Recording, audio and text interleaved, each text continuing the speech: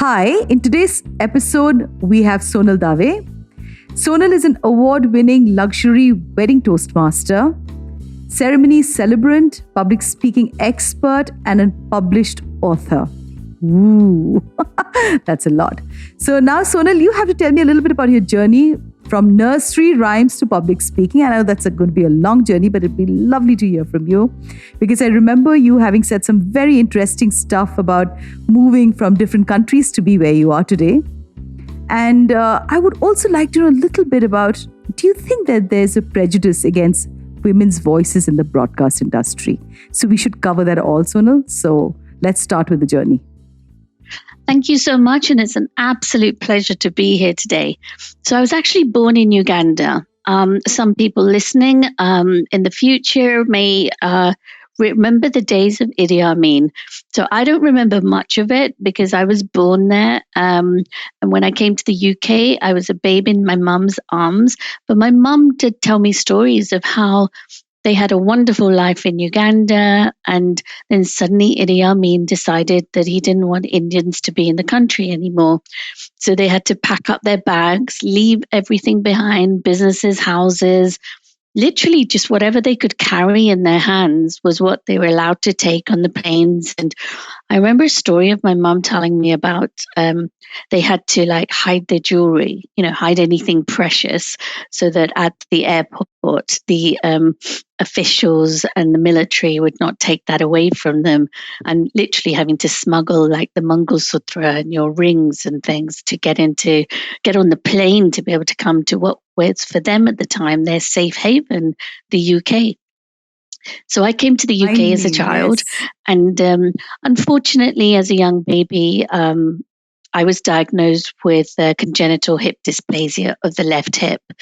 So not only did my parents have to go through the trauma of Idi Amin and having to leave Uganda, they had to leave two sisters, or was it three? It was definitely two at the time, in India with my grandparents. And they came to the UK with me, as baby in arms, and immediately, taken to hospital for various treatments to look after me, which has absolutely helped me to be who I am today. So in terms of nursery, one of the things I remember my parents always telling me was that in nursery, I was always the one who would go, look at me, dinner, I'm going to sing you a song, dinner.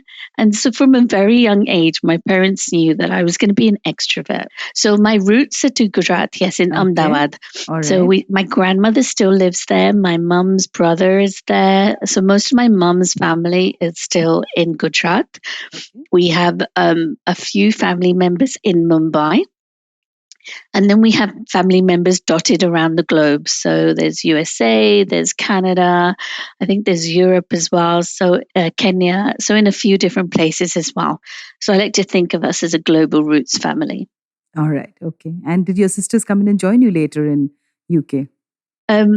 So I was saying about my nursery, and so yeah, even though I was kind of born with this adversity, I didn't let it stop me being one of these people that wants to still go out there and do things. But I remember an occasion when I was slightly older and my friends were going ice skating, and my mom and dad would not let me go. And I couldn't understand, why are you not letting me go? Everyone's going ice skating. And my mom said to me in her own words, Sonal, we have to protect you. And I remember saying to my mom, protect me from what? What will be? Just because I have this disability, as they like to call it, it doesn't mean I can't do things. And I remember that conversation really well because two things. One, it makes me think of how that generation were brought up in terms of people with disabilities and what they could and couldn't do. But it also makes me think about my generation and how we have kind of almost grown through the struggles of our parents to be able to do what we want to today, regardless of disability or adversity. Does that make sense? Yes, it makes sense but in India, we're still we are quite far away from having public spaces that is very, very conducive, for, of course, there are ramps and there are stuff like this. So disability as a subject is a subject that India is a developing country and we're doing phenomenally well, as a country. But I would assume that when you have lived all your life, in UK, you are far more in an environment where disability probably is a lot more embraced than what it is in India. So for our listeners here in India, it would be wonderful to know, as to how you grew up knowing that, you're not different from the rest in spite of having, a disability, as you call it, from the time of birth. So did you go through, because you were among Indian parents and, you were with Indian relatives, I would assume, did you feel that anybody said anything to you ever?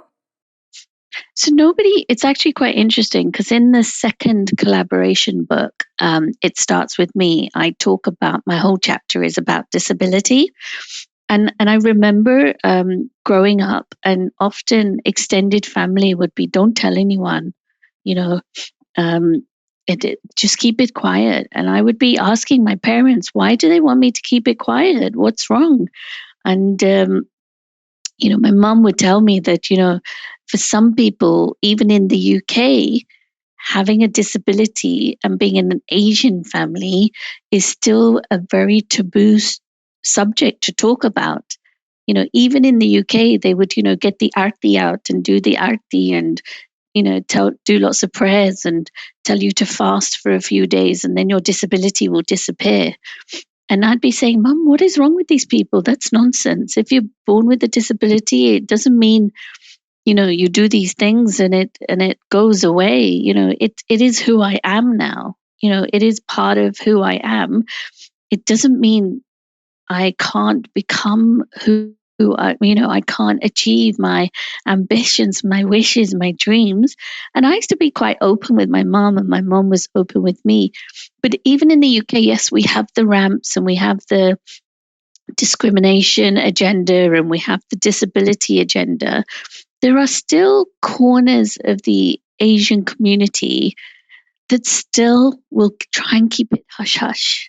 If your child has autism or your child has ADHD or your child has a physical disability, I suppose in a way, because I'd learned to live with my disability from a young age, what it meant was I had learned to hide it.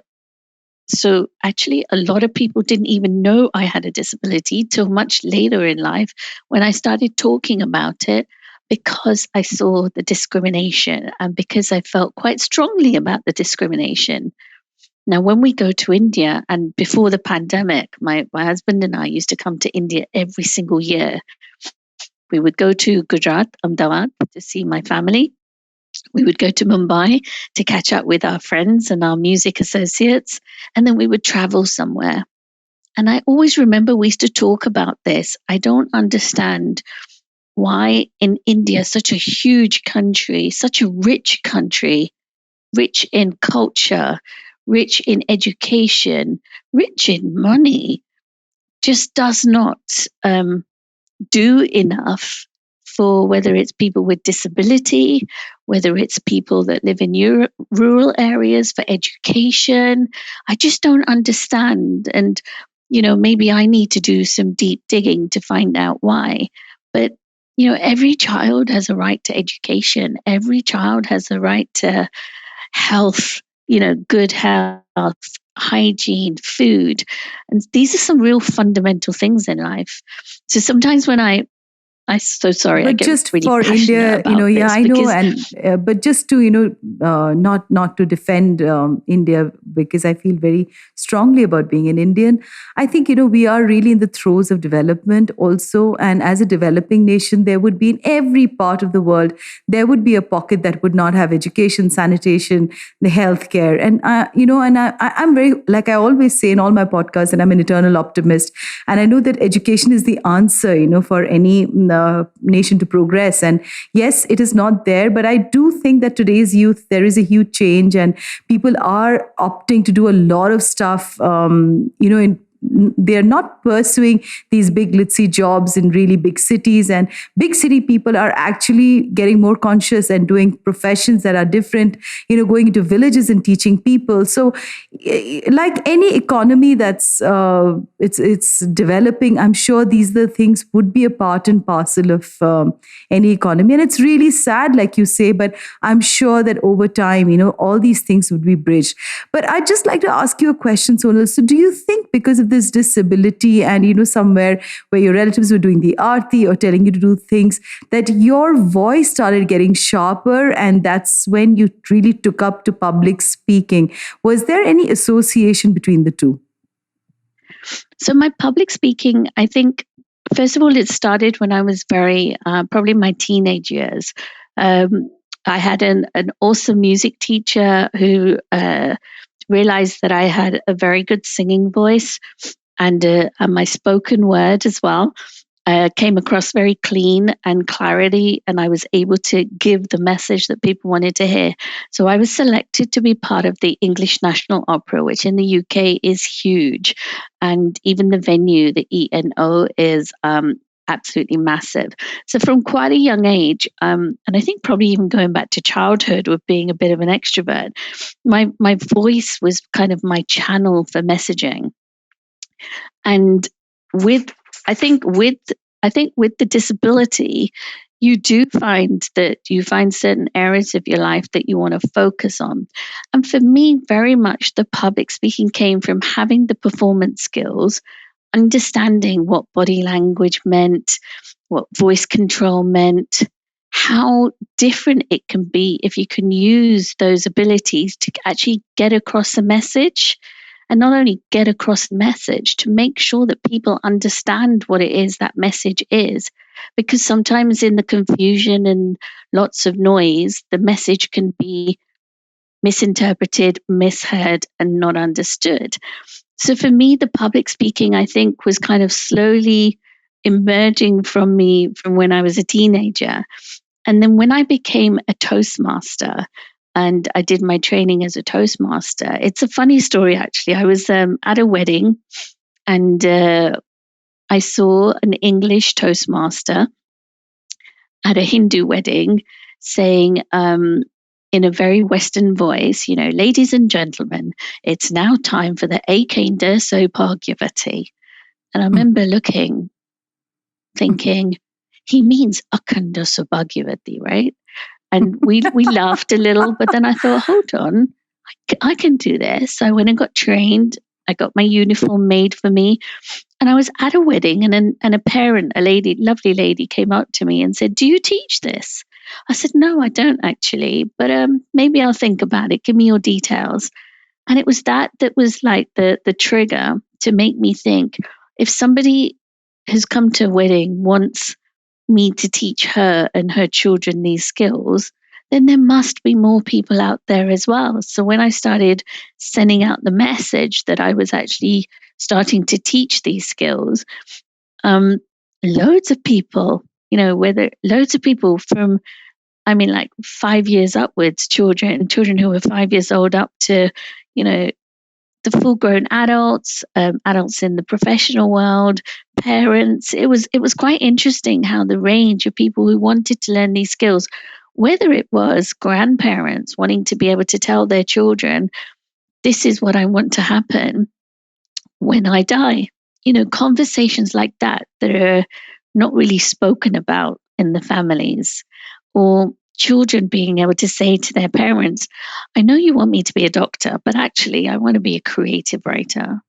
So, it's quite exciting to be able to share these skills so that people can actually say what they want to say what they're hearing, say what they're feeling.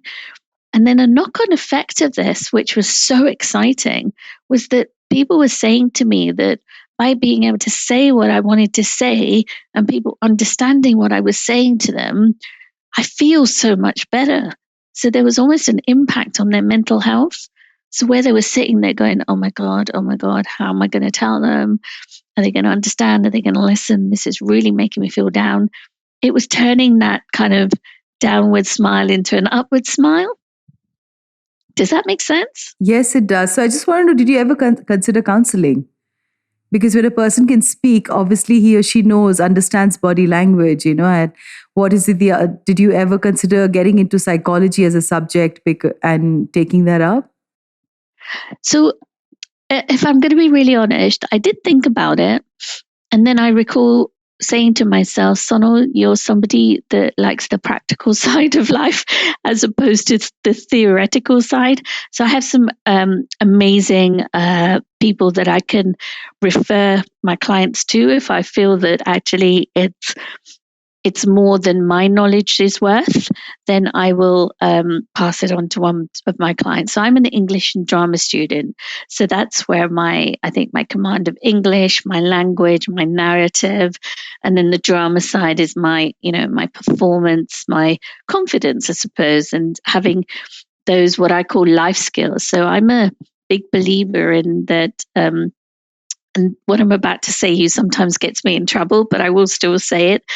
I'm a big believer, and yes, it's great to have qualifications, and it's lovely to have, A stars and be able to go out there and say, look, I've got a piece of paper and look what it says on this piece of paper.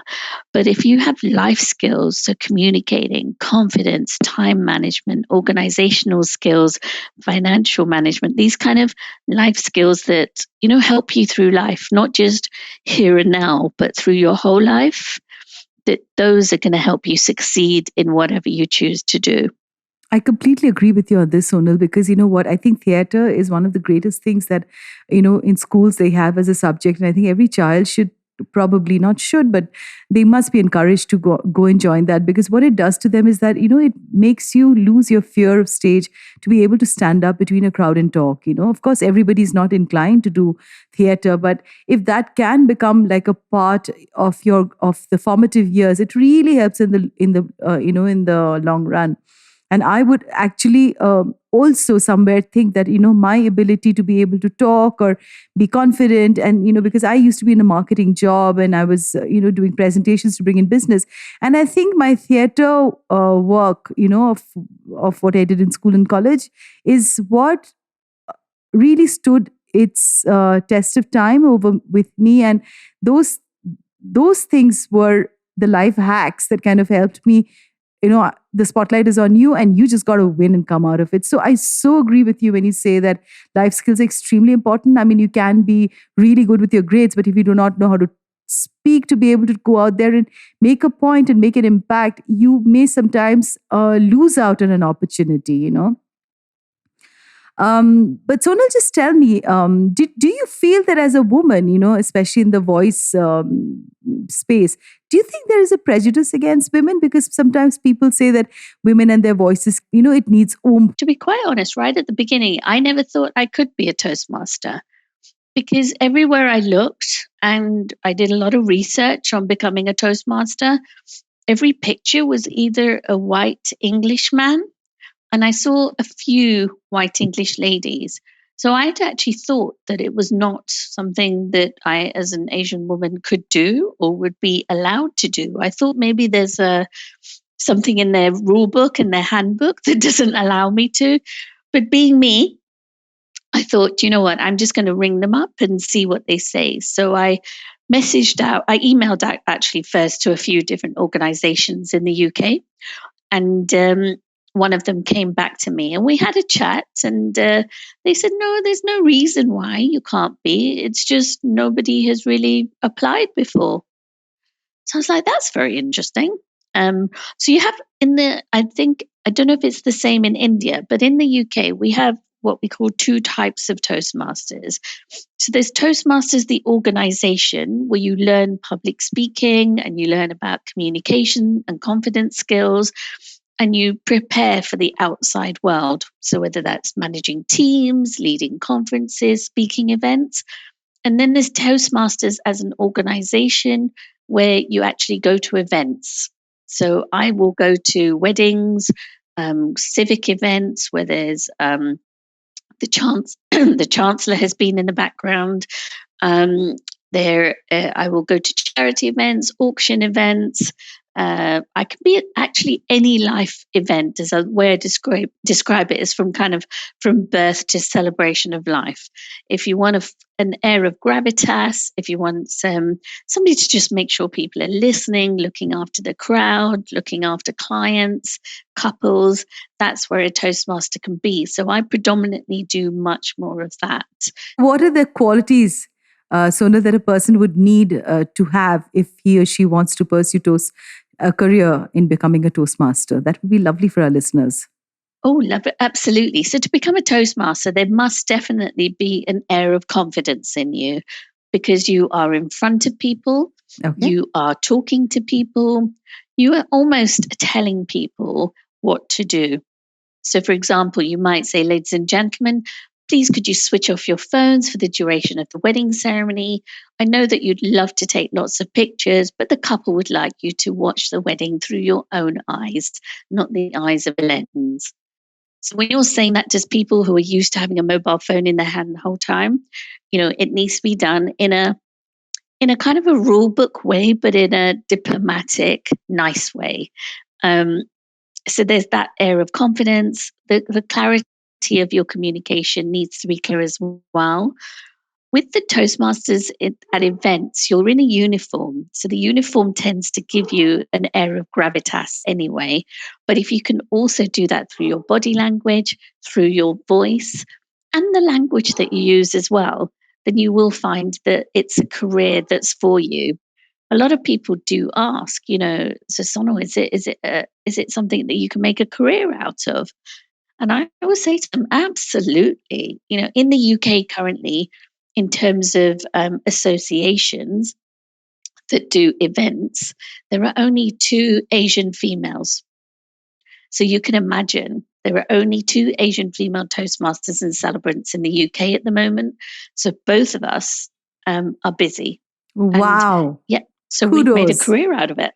Wonderful. Because to me, this is the peg for my, the entire episode, because I have so many women all across who are listening. And, this is so amazing because they're just 2 women in UK, and one of them is Sonal Dave, who's in today's podcast with me. And I mean, this is such an honor, Sonal, to have you and to just hear about your journey, from having moved from countries, your mother is a little baby, and then to go through the disability in life, and then to go ahead and become the celebrity Toastmaster that you are, and also having written a book and published a book. I mean, that's a feat, Sonal. So, Sonal, thank you so very much. If people were to get in touch with you, how do they need to get in touch? But before I end, I would have to say that there's been lots of prejudice about women's voices. So, which is, Anne Karf is a sociologist and the author of The Human Voice, the story of a remarkable talent. So, according to her, in the world of broadcasting, for example, there have been a vast variety of reasons put forward over time to exclude women from the airwaves. These range from Daily Express saying in 1928 that listeners felt women's voices were monotonous, to the Sunday Dispatch that said in 1945 that women were too emotive in their delivery, from too little personality in their voices to not enough, women can't win. But Sonal, you prove us wrong with your immense, commitment to what you're doing, to just say that, no, I will win and I will make a career out of, becoming a Toastmaster. And so this is so inspirational. And thank you so much. You proved the critics wrong. And thanks on being on today's show. Thank you. Thank you so much. And if anyone wants to get in touch or just wants any advice at all, please do. You can find me at www.sonaldave.com. And across social media, if you look for Sonal Dave 68, you'll find me across all social media platforms. Fantastic. Thank you so much, Sonal. No, thank you. And it's been an absolute pleasure. And the woman's voice is very intriguing if people take the time to listen. Thank you. To you, our dearest listeners, you can find us on your favorite streaming services. Find us on Spotify, Amazon Music, Apple Podcast, and of course, all other major streaming services. With loads of love, we are Moody Mohava's podcast, where Hatke is hot.